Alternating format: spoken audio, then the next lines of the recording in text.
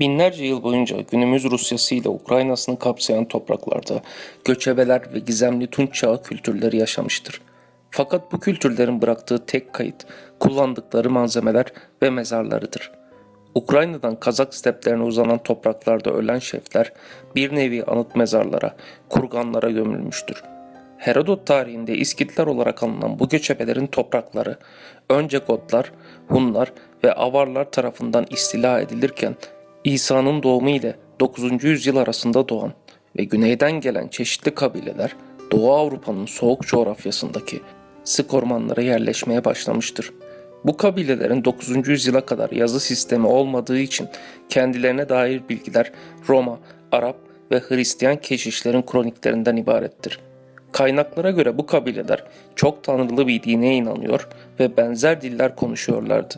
7. yüzyılda Batı, Güney ve Doğu olmak üzere 3 kola ayrılan bu orman halkının adı Slavlardı. Ana Slav kütlesinden koparak Balkanlara göç eden Boşnaklar, Hırvatlar, Sırplar, Karadağlılar ve günümüz adıyla Bulgarlar, Slovenler ve Makedonlar Güney Slavlarını oluşturmuştur. Öyle ki geçtiğimiz yüzyılda dağılan Yugoslavya kelime anlamı olarak Güney Slavlarının ülkesi manasındadır.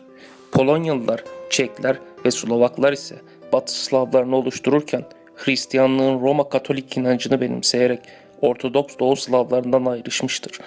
En kalabalık nüfusa sahip Doğu Slavlarını oluşturan halklar ise Beyaz Ruslar, Ukraynalılar ve Ruslardır. Doğu Slavları ile ilgili en eski kaynaklar bu orman halklarının Volga ve Dinyester nehirleri boylarından Baltık denizine uzanan havzada dağınık şekilde yaşadığını yazmaktadır. 8. yüzyıla gelindiğinde ise İsveç coğrafyasında yaşayan Vikingler Baltık denizine dökülen nehirler üzerinden bu Slav kabilelerinin yaşam alanlarına akınlar yapmaya başlamıştır. Varek olarak adlandırılan bu savaşçı Vikingler önce Slav yerleşimlerini yağmalamış, sonrasında ise bölgede ticaret kolonileri kurmaya başlamıştır. 9. yüzyılın başlarında ise artık vergi vermek istemeyen Slav kabileleri ayaklanarak Varekleri topraklarından çıkartmıştır. Fakat bu küçük kabileler Vikingleri topraklarından çıkarttıktan hemen sonra kendi aralarında bitmek bilmez bir mücadeleye başlamış, uzun süren savaşlar sonrasında barışın sağlanması için Varekleri tekrar topraklarına çağırarak kendilerine hükümdarlık etmelerini istemişlerdir. Ladoga Gölü kıyısında Holmgard yerleşkesini kurarak Doğu Slavlarının bilinen ilk kralı olan bir savaşçı, Vikinglerin Rus kabilesinin şefi olan Rurik'ti. Günümüzde Rus milletinin ve Rusya'nın adı işte bu küçük Viking kabilesinden gelmektedir. Novgorod'u başkent ilan eden Rurik soyu bu Slav halkına adını verecek ve Rusya'yı kurarak 862 ile 1598 tarihleri arasında 700 yıldan uzun süre boyunca yönetecektir. Rurik sonrasında tahta oturan Prens Oleg, Dinyester kıyılarındaki Kiev şehrini ele geçirecek ve yeni bir devletin Kiev Knezliğinin temellerini atacaktır. Bir yüzyıl sonra ise Prens Vladimir, Bizans ile yakın ilişkiler kurarken 988 yılında Ruslar ilk defa Ortodoks Hristiyanlığı kabul etmeye başlamış. Kiev Prensi vaftiz olurken Kiev Knezliğinin resmi dini Ortodoks Hristiyanlık olmuştur.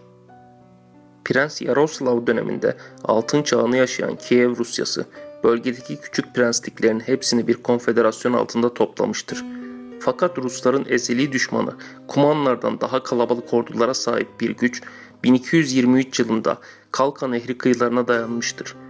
Bu öyle bir güçtür ki Rusların ezeli düşmanı Güney Ukrayna'dan Hazar'ın kuzeyine uzanan topraklara hükmeden Kumanlar ile Rusları ittifaka zorlamıştı. Dünya tarihinin temelinden değiştirecek bu gücün adı Moğollardı. Kalka Nehri kıyılarında Türk, Kuman ve Ruslardan oluşan ittifak orduları bu güçle yüzleşmiştir. Fakat Subutay komutasındaki Moğol ordusu ittifak güçlerini ağır bir yenilgiye uğratırken daha ileriye gitmeyerek Orta Asya'ya geri dönmüştür. Bu süreçte ise yanan Kuman toprakları olmuştur. Günümüzde Rusya coğrafyasının en önemli gücü olan Türk-Kuman kabileleri Moğol istilasından sonra Avrupa'ya ve Anadolu'ya göç etmek zorunda kalacak, Rusların genişlemesi için alan sağlayacaktır.